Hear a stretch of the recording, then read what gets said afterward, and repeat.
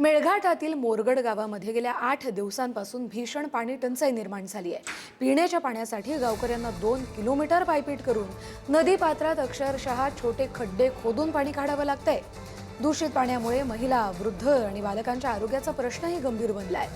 बंद पडलेली नळ योजना आणि प्रशासकीय दुर्लक्षतेमुळे संतापलेल्या गावकऱ्यांनी आता टँकरद्वारे पाणी पुरवठा करण्याची मागणी केली आहे। प्रशासनाने याकडे तातडीने लक्ष देऊन स्वच्छ पाणी उपलब्ध करून द्यावं अशी मागणी ग्रामस्थांकडून केली जाते आहे।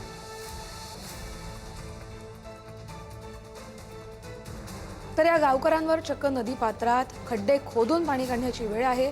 मेळघाटामधल्या मोरगड गावातली ही दृश्य पिण्याच्या पाण्यासाठी गावकऱ्यांना चक्क 2 किलोमीटर पर्यंत पायपीट करावी लागते।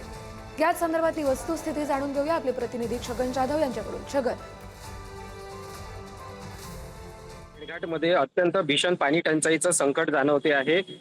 या चारगड नदीचं जर बघितलं तर या ठिकाणी पूर्ण नदीचं पाणी आटलेलं आहे आणि या ठिकाणी संपूर्ण पाणी काढण्यासाठी नदी पात्रात उतरून गड्डे करून त्यांना नागरिकांना पाणी काढावं लागते आहे, अशी भीषण परिस्थिती आहे। ही परिस्थिती केवळ एका गावची नाही आहे, तर आताही देखील 93 गावांमध्ये अजूनही पाणी टंचाईचं संकट जाणवते आहेत। या गावांमध्ये जर बघितलं तर 21 टँकरने पाणी पुरवठा केला जातोय।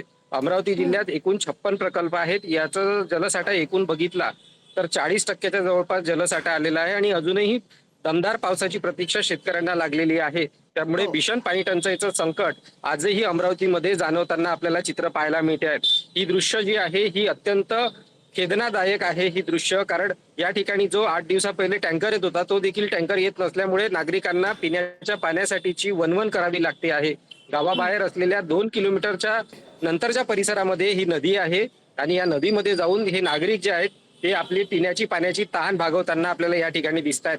पुढच्या 8 दिवसात जर पाऊस आला नाही तर यापेक्षाही भीषण परिस्थिती जाणवेल, अशा पद्धतीची परिस्थिती सध्या अमरावतीमध्ये निर्माण झालेली आहे। बरोबर, त्यामुळे परिस्थिती अतिशय गंभीर झाली आणि प्रशासनाने याकडे लक्ष द्यावं आणि टँकरचा पाणी पुरवठा सुरू करावा अशीच या ग्रामस्थांची मागणी।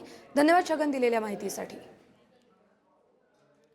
पिण्याच्या पाण्यासाठी गावकऱ्यांना चक्क 2 किलोमीटर पर्यंत पायपीट करावी लागते।